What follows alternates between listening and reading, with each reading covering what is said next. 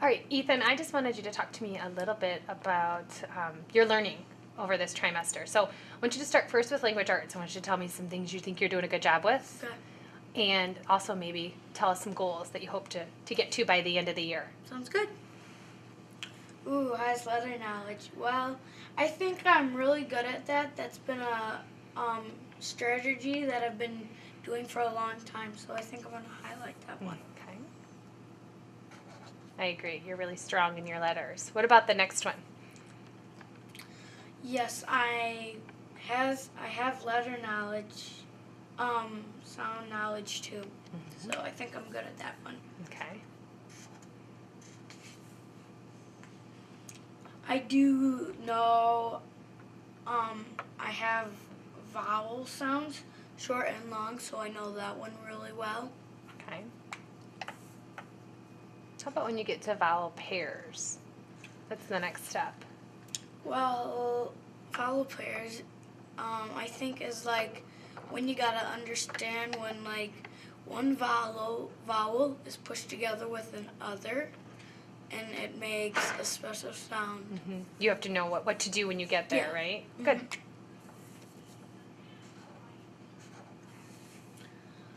I can definitely apply sounds when I'm reading words.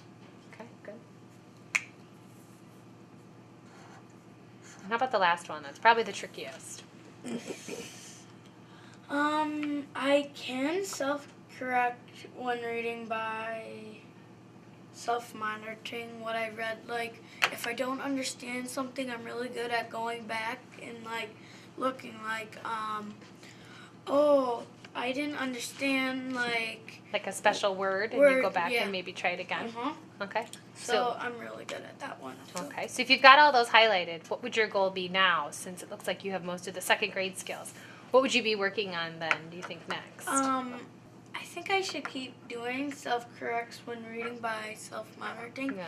I can still keep doing that, but I almost think if, like, Could we do anything with vocabulary where maybe yes. you learn longer words and you learn what maybe some words are that you don't see every day? One of the things that we found when we were looking at the second grade report card was just that it didn't communicate very well to parents or to kids as learners or to us as teachers of what they did know and what they didn't know. So we kind of broke apart language arts and math because those are our two big core areas, and we broke them up to put them kind of in a continuum of what skills we hope second graders come in with, and then throughout the year, what skills we hope they hit along the way, and then at the end, what our goals are for the kids in each of those areas along the way. For language arts, we broke it up into word recognition, comprehension, fluency, writing, and spelling.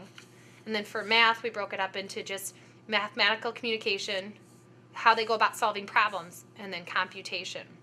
And what we were hoping to find is that kids would be more reflective about what they already know and reflective about maybe what are some goals that they have to try to achieve between now and the rest of the year.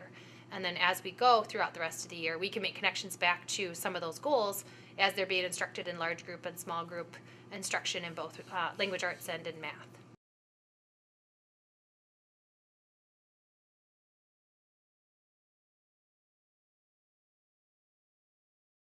The students begin by turning in their completed checklist to me. They have checked off and completed the 2 target areas they chose the previous week to work on for this week's assessment. Then, the students get out their graphs that they have been using this year to graph their goals and achievement scores. The students look over the graph to see where their performance levels have been and graph a target goal that they feel is realistic for them for this week. They graph their goal in green. I then pass out this week's assessment, and each student completes it independently. Once they have completed taking the test, I hand them their checklist, and we hold a mini conference about what they feel are tasks they can complete in the upcoming week to help them prepare for the next weekly assessment. They then highlight the 2 tasks we have talked about in our mini conference and staple it into their agenda. As they complete the tasks from their checklist throughout the week, either during their seat work or other silent reading time, they go back to their list and check off the completed job. When they come to class the next day, I return their graded assessments to them that they completed the day before. They take out their graphs and graph their score in red on the same column that they graphed their goals yesterday. The students review their assessments by going through and looking over the questions they answered incorrectly. They use a highlighter to go back through the tests and highlight where the correct answers to the assessment questions were, and highlight that section in the passage if it is present. Once they have reviewed their tests and found the answers to the questions they missed, I pass out the reflection sheets. Each student takes a couple minutes to reflect on how they did on the assessment compared to the tasks and jobs they completed the past week to help them prepare for the new weekly assessment. Before class is over for the day, they are reminded of the checklists in their agendas and encouraged to work on those tasks throughout the upcoming week.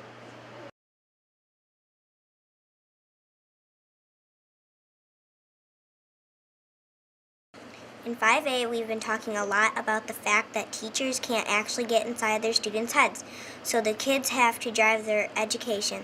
They have to get help when they need it and not be embarrassed or shy, but to stand up for themselves and do what is going to help them. One thing we've been learning is to be more a responsible learner is a rubric with the ones in our reading. After I wrote my story, I went through the rubric and then made some changes. Next, I asked Jenna to peer edit with me, and I made a few more changes. Then I felt like I had a good paper and felt pretty confident about turning in my work.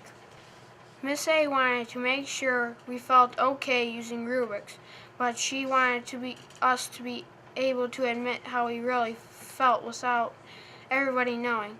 So we did 4 rounds of snowball fights. We would answer a yes or no on a piece of paper each time she asked a question. Then we got to throw them at her.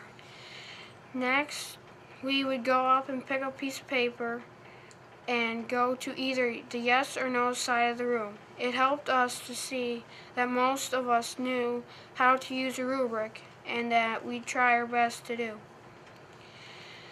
Later, we actually used the data in math to see how many of us remembered how to change data to a graph. I was one of the students that didn't really get how to use a rubric. I felt that it was really important to learn, so I put a note in Ms. Atencio's mailbox. I'm glad I did too, because on one of my social studies project, I went from 20 points to 31 points. I ended up earning an M. When I do my work, I kind of like to get it right the first time, so I really like using rubrics. I can get right to work and I know what is expected. When I did my social studies poem, there was only one area that my peer editor and I realized that I needed improvement on. So by the time I got to Ms. Atencio, it was perfecto mondo. One thing I liked about using the rubric was that after Mrs. Atencio hinted at ways that I could improve my work, I was allowed to continue to dig deeper and create a poem with more information and details. After some of our projects, we share them and we have to evaluate each other. We don't give them a grade, we talk about what we think they have earned. When I use a rubric, I know exactly what I'm looking for and can be fair. We've been using rubrics in a lot of different subjects during trimester 2. So for part of our parent-teacher conference, Mrs. Atencio surprised us by having us model how the whole process works. During the school day, Mrs. Atencio shared with us that we would be creating a new bulletin board. We've been studying immigrants, people coming into the U.S., their hard times and their contributions. So our job was to go to the tech lab, investigate several countries, and choose one we would like to move to. Then we would find 5 to 7 interesting things and write them down. When we came back to the classroom, we had to pack our suitcase. We had to make pictures of things we would take with us based on our research. During the whole process, we had the step-by-step procedures on the whiteboard. Even before we went to the tech lab, we knew what we would be using our information for. It was good to have the steps numbered, so I knew what order I had to do my work in, so it would turn out okay. I knew it would be on the bulletin board, and I really wanted it to look good. We all knew we were going to have these on the bulletin board, but what we didn't know was that they would be part of our parent-teacher conferences. At first, this was a little embarrassing, but then I felt proud that I knew how to really look at my work and make the decisions on how to make it better. I think my dad was surprised and proud too. Mrs. Atencio keeps telling us she's trying to shape us up and get us ready for middle school. At first, I didn't think this was such a big deal, but I'm really seeing how I can use this. Not just to get by on my work, but to really do my best and give it a better picture of what I really do now.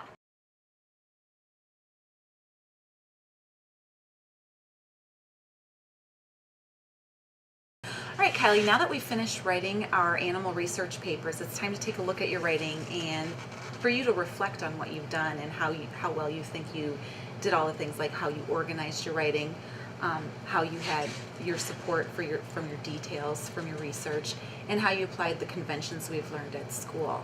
So what I want you to do is I just want you to take a minute and read each one of these points under organization and give yourself a 1 if you think you did it just a few times through your writing, a 2 if you think you did it okay throughout your writing, a 3 if you think you did a good job doing it throughout your writing, or a 4 if you think you did an excellent job of doing that throughout your writing. So why don't you go ahead and do the organization section, and then we'll talk about that after you're finished.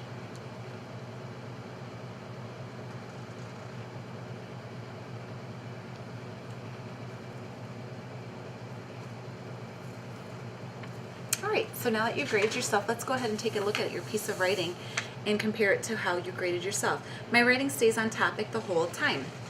I do really think you did a nice job about talking about penguins, and each paragraph you stuck to the ideas that you set forth in your topic sentence. So, for example, when you said most importantly penguins have a lot of enemies, you talked only about their enemies, and that was a really good job.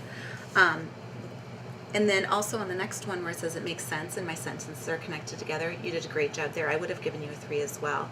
And use of transitional words and sentences of different length, I would agree with the 4 for use of transitional words because we kind of built those in and you used them really nicely and didn't cut them out even after they were put in there. That sometimes happens. On your different lengths of sentences, however, I would encourage you to take a closer look when you're writing and make sure that you're not using and too much when you're adding ideas and thoughts, and start a sentence over again sometimes, okay? So I perhaps would have given you a 3 there. Why don't you go ahead and look at the support section now.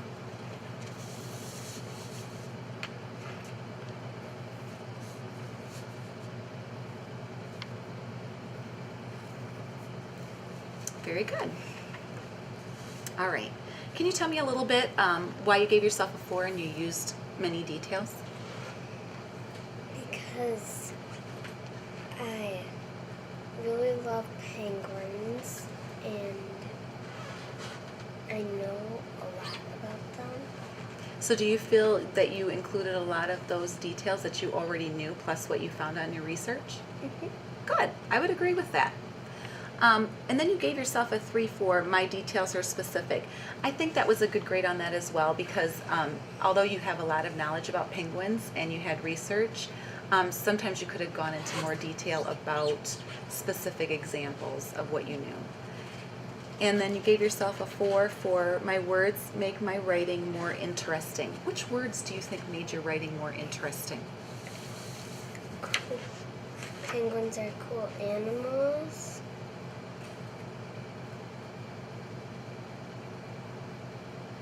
They look interesting. Mm-hmm. Penguins are fascinating animals. And I thought amazing was a really good word to add into your writing as well. Let's go ahead and look at the last one, the conventions.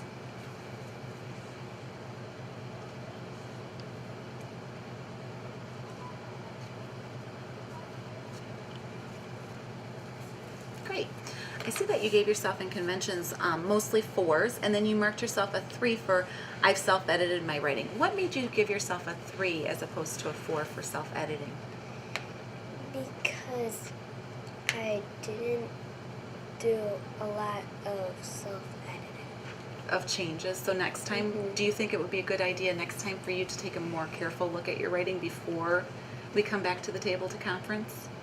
To see if you give yourself, catch some of your own mistakes? I would agree. I think that's one thing the whole class needs to work on is that self-editing before they come back to conference and rereading your writing. But I think you did an overall nice job of grading yourself in conventions. What are some of your goals based on what you graded yourself here? What are some of your goals for your next writing? To do better at self-editing, to make my details specific, to make my writing stay on topic the whole time, my writing makes sense and my sentences connect to each other.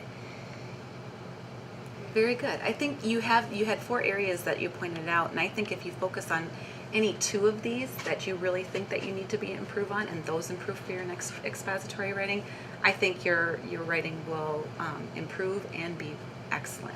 All right?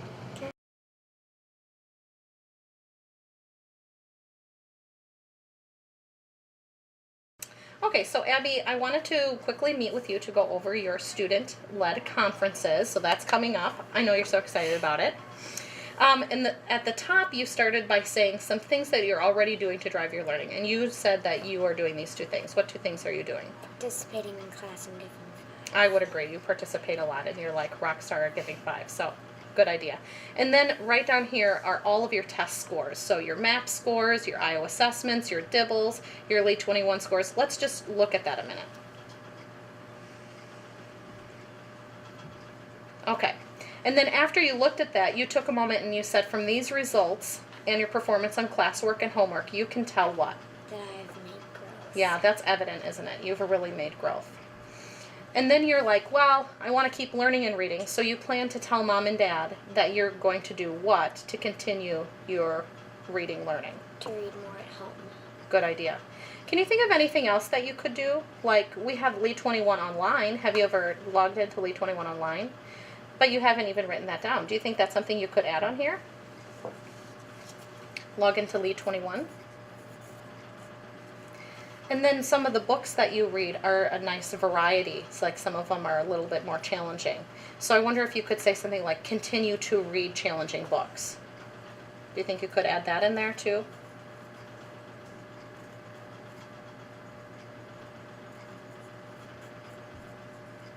Okay, that's a really good learning plan. Will you read it out loud again and just think to yourself, do I like this plan? Do I think I can commit to that plan? To read more at home, log into Lead 21, and continue to read more challenging books. That's good. And then these are some things that you are doing in addition to all of the other stuff your bossy teacher tells you to do. What are those other 2 things? Getting my assigned tasks done and working hard. I agree with that.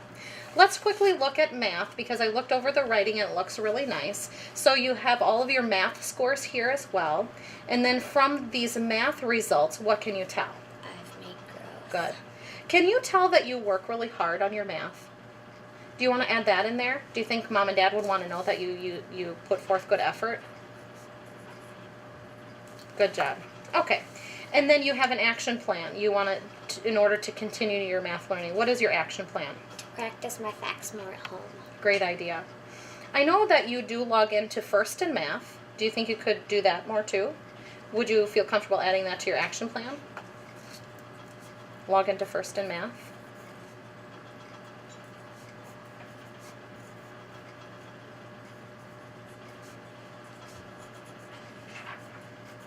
Good job. So your learning action plan, read that again and see if you like that. To practice my facts more at home and log into First in Math. Do those things sound like things that you think you can do? I think they are too. Some things that you are already doing, in addition to all that other stuff, are what? Doing my homework in class when I can and practicing my facts. Awesome job. Well, this is going to be a fantastic conference. I think Mom and Dad are going to be really proud of all of the hard work you're doing to drive your learning. Nice job, Abby.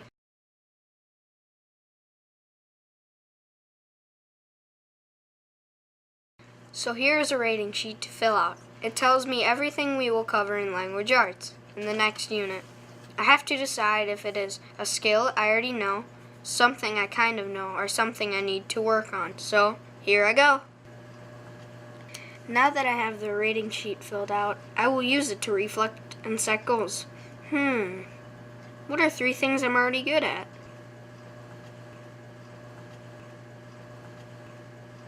What are 2 things I need to work on? And now I need to make my plan. I plan to try my best on all of these skills. The two that I will work particularly hard on to become very good at are